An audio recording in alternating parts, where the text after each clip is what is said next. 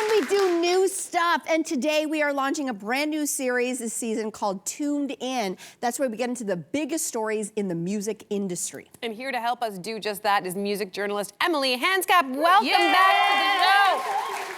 All right, lovely, let's dive in because Lizzo recently made some very controversial comments about the music industry. She said the song of the summer is dead, and that's because the music industry is in a shambles.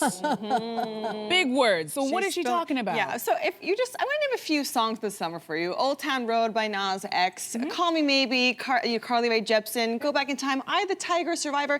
These are all songs that take you back to a certain time when there was a collective gathering around the song. Yeah. What Lizzo is saying is that now in the age of algorithms, we're being fragmented to a point that we don't collect around a song anymore. I could probably pull everyone in the studio. You all have your song in the summer. The difference is that today, they'd be different. So we're lamenting here the lack of cultural consensus as a result of these streaming fragmentations. So maybe you don't miss it. I personally miss having a song that takes me back to a summer. We don't have that anymore. I agree. I do. Okay, so is there any one kind of definitive song of the summer that you maybe could say? If we want to be as objective as we can, Billboard since 2010 has been doing these rankings of songs of the summer that they tabulate over the period of 14 weeks. But let's take a look. Number one is Ordinary by Alex Cameron, who's a YouTuber and artist. Then we have not one, not two, but 3 songs by Morgan Wallen. And then a song by Kendrick and SZA called Luther. I don't know about you guys. These haven't defined my summer. No. But to give you some context, this is cumulative over the span of 14 weeks. So we don't really have a great representation anymore of like what we are all actually collectively listening to.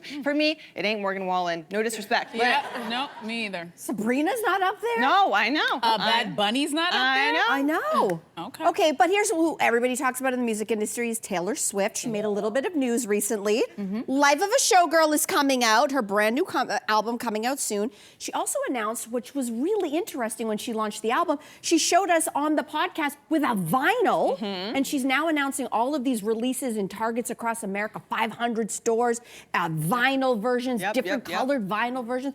Also, she's going to be at Target stores, I think October 30th. They're going to be releasing CD packages. First of all, since when? Who has a CD player anymore?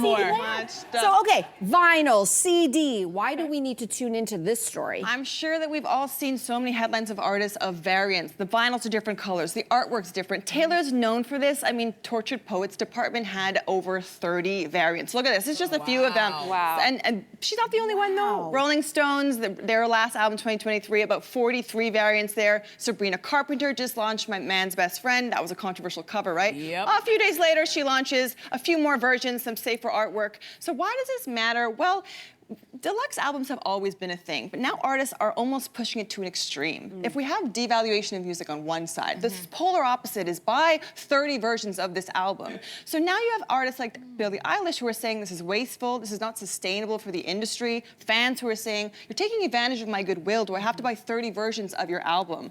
And I'll add, if you think about iconic artwork like Nirvana's Nevermind, do they have 30 versions of that? Nope. No. Just So needed I the think one. it's something to consider, buy the albums you want, but do you need 30 of the version, and do artists need to be putting that out, or should we take a step back for the sake of fandom, the planet, and the industry? Yeah, great question. All right, so this next story is about Will Smith, and no, he didn't slap anybody, but he is in hot water for the alleged use of AI. Talk to us about this story. Yeah, so you might have just passed through this headline, but basically he launched this video on his social media about promoting him and his tour, and okay, this all looks fun, but then people started looking at this crowd and they're thinking, there's some funny stuff going on, and now people are saying this has got to be AI. There are people pointing out that there are distorted faces, that there are blurred hands you can see here. So he's since kind of leaned into the joke of it. Why this matters is that when we're talking about AI in music, we often tend to be talking about it in the creation of the songs, which is very important. Of course, we need to.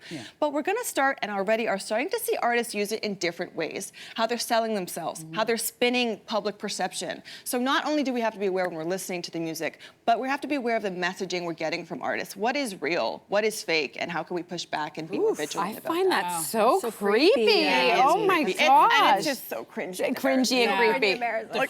Okay, let's move on to another big story from the week. Jack White of White Stripes fame and now massive solo artist, has been for a while. He's selling a stake of his catalog to Sony Music. So this is going to include the recordings from the White Stripes, his solo work. And we are seeing more and more artists sell their music catalog. So what's going on here? Yeah, we're seeing this more and more, especially since the pandemic. So at the ripe age of 28, Bieber sold his catalog recently for $200 million, Bob Dylan for $400 million, Springsteen for an estimated $550 million.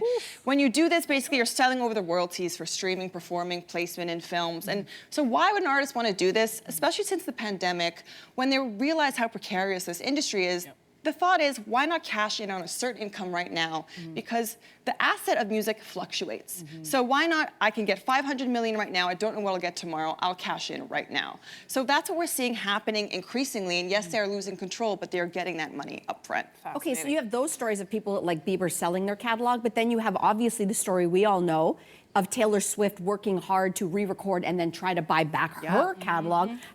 Square those for us. I mean, Taylor Swift did it, Dua Lipa. So you also see these artists doing that because on the flip side, I mentioned the word control, right? So now you are kind of banking on the fact, the likelihood for someone like Taylor that your music will appreciate. I'm going to hold on to this and cash out later. But also it's that artistic control of the legacy of your music. What films is it being used in? Is it being used in commercials? How does it represent me and my legacy? Someone like Bob Dylan might be ready to cash out and, you know, take... He's done. And well, no, not done. I mean, like... You know what I mean? Like, he's like, I don't need to prove anything anymore. That's what I meant. Totally. But no, I just had to... I almost killed Bob Dylan. Sorry. But Taylor and, you know... Emilie's dumb. Oh, Emilie, we love having you here and like giving us all this insight into the music industry right now. Thank you so much for being here. Hey, you, come a bit closer. We've got so many more must-see interviews, spicy debates, lifestyle tips, and pop culture moments.